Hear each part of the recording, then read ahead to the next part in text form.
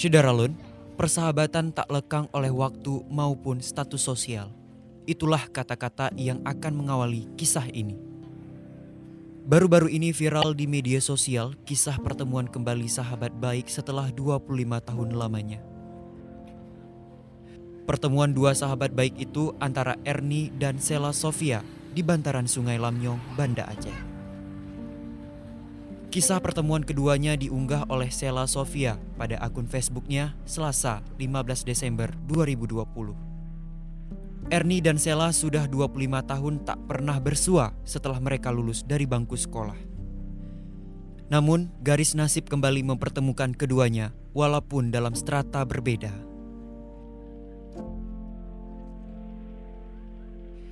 Sela yang saat ini bekerja sebagai pegawai pemerintahan di kota Banda Aceh, hatinya tersayat ketika melihat kondisi sahabatnya, Ernie.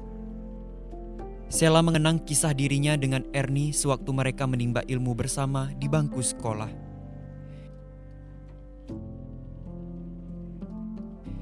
Kisah pertemuan keduanya bermula saat Sela sedang melintas di jalan LKR yang menghubungkan jembatan Lamnyong ke jembatan Krungcut. Awalnya Ernie ragu untuk menegur sahabatnya itu. Akhirnya ia memberanikan diri untuk menegur Sela. Seketika Sela terkejut dan hatinya tersayat melihat kondisi kehidupan Ernie bersama anak-anaknya. Ernie sudah 5 tahun tinggal dan hidup dengan kondisi seperti ini bersama 7 orang anaknya. Pada Selasa 15 Desember 2020 malam, Sela dan keluarganya kembali menyambangi sahabatnya itu.